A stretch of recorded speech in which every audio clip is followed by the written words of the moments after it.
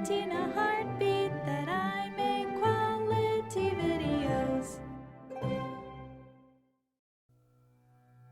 I low-key ship Tumblr and Twitter now. The Twitter users are coming. Quick, post Twitblr yowie. You are not welcomed here. Not anymore. I have never made art faster in my life. It started out with a kiss, how did it end up like this? It's because they're divorced.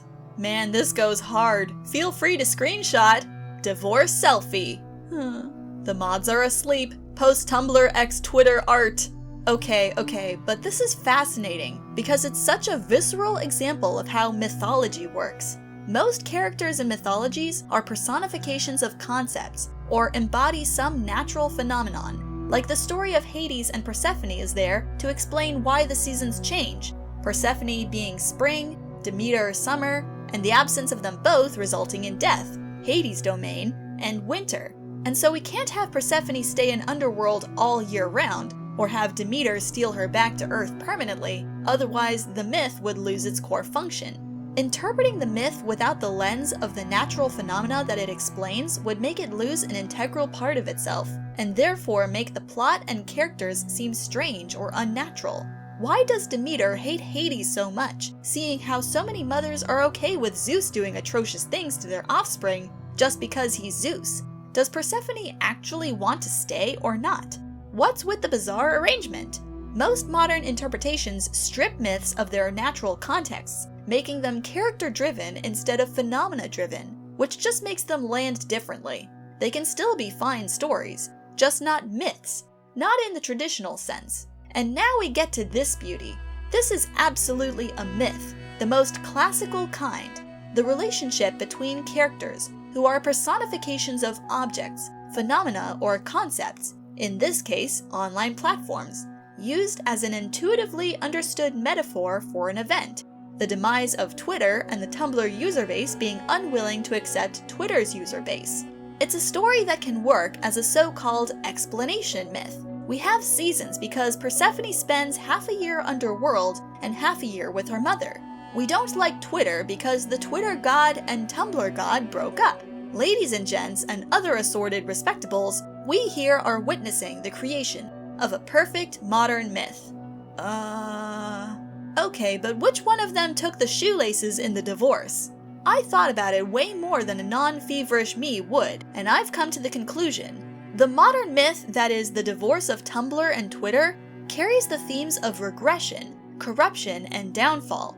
Some of Twitter's user base used to be part of Tumblr's user base, but they left and changed. Corruption.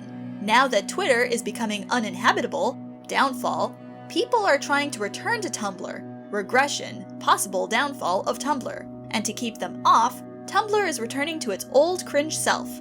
Regression. So if we are to follow the themes, the logical conclusion would be to send the shoelaces back to the president. This is the fastest I've ever written, I think. There once lived a young man, handsome as daylight, bright and strong. He was known as Twitter, beloved by the people, a favorite of the gods. His chosen companion, Tumblr, was not dear to the people or the gods. He, a traveling storyteller, preferred solitude. His tales were strange and often unpleasant to the ears, but enchanting in their vulgarity. One day, Tumblr's patron goddess, Yahoo, enraged by his vulgar words, put a curse on him. He was not to utter vulgarities, speak of the pleasures of the flesh. His stories of lycanthrope companions were lost to the sands of time, and with them, his last listeners turned away from him. Twitter watched others laugh at his beloved, turn him away from their doors, and a dark thought settled over him. He was perfect in every way. His only fault was the affiliation with the cursed tale-weaver. And so, little by little, they drifted apart. In his travels, Tumblr stumbled into the temple of Apollo, who bestowed upon him the gift of prophecy. He made acquaintance with the trifecta of wise temple maidens who induced visions through hallucinogenic incense. His stories changed, still bizarre and often vulgar, but at times full of wonder and truth. At that time, Twitter enjoyed all the luxuries of the mortal world. He was the companion of kings, wealthy merchants, legendary heroes, wise philosophers. One day, a man richer than rich, richer than the god of wealth, went to the Senate of Directors and asked to buy the most precious thing in the entire polis. The Senate thought long and hard and said, "Do you wish for our finest singer, the most sweet-voiced of the land, Spadafia? I'm afraid I cannot part with her." "No," said the rich man, his voice cold and harsh. "I said I have come to buy your most precious thing. Have you come for our gambler, the chosen of the god of luck, Maximil? They earn us more riches than you can offer. I shall not part with them." "No," the rich man repeated. "I have come to buy your most precious thing. I have come for Twitter." The senators laughed then, for they knew this must be a joke. Twitter was too beloved by the gods to be owned as a servant. But the rich man did not smile. He offered money, then more, and more still. As the goddess of hubris clouded his mind, he offered more money than he could afford to spend, more than the Senate could afford to refuse, for it was enough gold to form armies 5 times the size of their polis. And so Twitter, the proud Twitter, the untouchable Twitter who laughed at kings and scholars alike, became a servant. As he was put onto a gilded ship to be sailed off to the rich man's land, he prayed to the gods that granted him beauty and strength and a sharp tongue, but none answered. His cruelty and vanity made them turn away, and he was too full of his power to notice. Finally, the young man remembered one more name. He called for Tumblr, his forgotten companion. First time he called, the birds took off and flew in all directions. Second time he called, the animals fled in fear. Gathering all the strength he had, he called a third time. His call shook the earth and the skies, and in an instant, Apollo's tail weaver stood on the shore. Twitter cried in relief. "My love," he called, save me, and I shall be yours for the eternity to come. I shall bask you in glory and riches. I shall make the people love you." Tumblr looked at the rich old man, at the gilded ship, gilded chains, at the other slaves that were meant to please the rich man during his trip, dressed in the finest clothes fit for kings and immortals. "You'll like your new life, dear," said Tumblr. "You are idle. He shan't make you do much. You are prideful.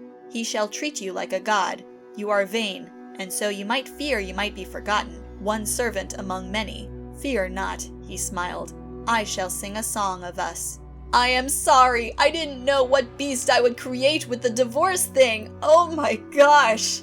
Okay, but adding on to this, because I think it's interesting, myths like these tend to also come with morals or lessons to take away. The story of Icarus, for example, or the story of Oedipus. I think there's multiple morals that one can take from what writing is a martial art made. So here's the list of some of the morals someone could take away from this. Love or trust is earned, not given. This one because when Twitter was on the boat, calling out for Tumblr, he was so used to love being given to him on a silver tray that he even expected it from the person he wronged, debatably, most of all. The rich and beautiful are no better than the poor and destitute. Speaks for itself, really. Twitter believed he was superior to Tumblr because of his beauty and his connections with the rich and famous. But when Tumblr could have saved Twitter, Twitter's riches meant nothing. Tumblr, for the most part, was happier without such things. What Tumblr did subsequently proved was that Twitter was not a god, not a blessing, but just a man. Being yourself will attract people who like you. On the other side of the coin, you could take something away from Tumblr's side of the story. Yes, they were cursed and ridiculed, but that did not stop them from continuing to be themselves. They continued to sing their songs, to tell their stories, to speak of earthly pleasures and feelings despite their situation. Unlike their past lover, they were poor and hated, but that didn't matter to them. It wouldn't matter to Tumblr if they were living in the depths of Hades or on Mount Olympus, because they were happy. This in turn led them to the Temple of Apollo, where they befriended the trifecta of temple maidens. The point is that Apollo and the maidens didn't like Tumblr for their riches. They had none. They liked Tumblr for who they were, for their passion and creativity. You can probably tell that the last one probably has the most evidence for it. Anyways, I'm now gonna go think up some more stories about social media platforms because this is fun. Like, what if Steam had a story?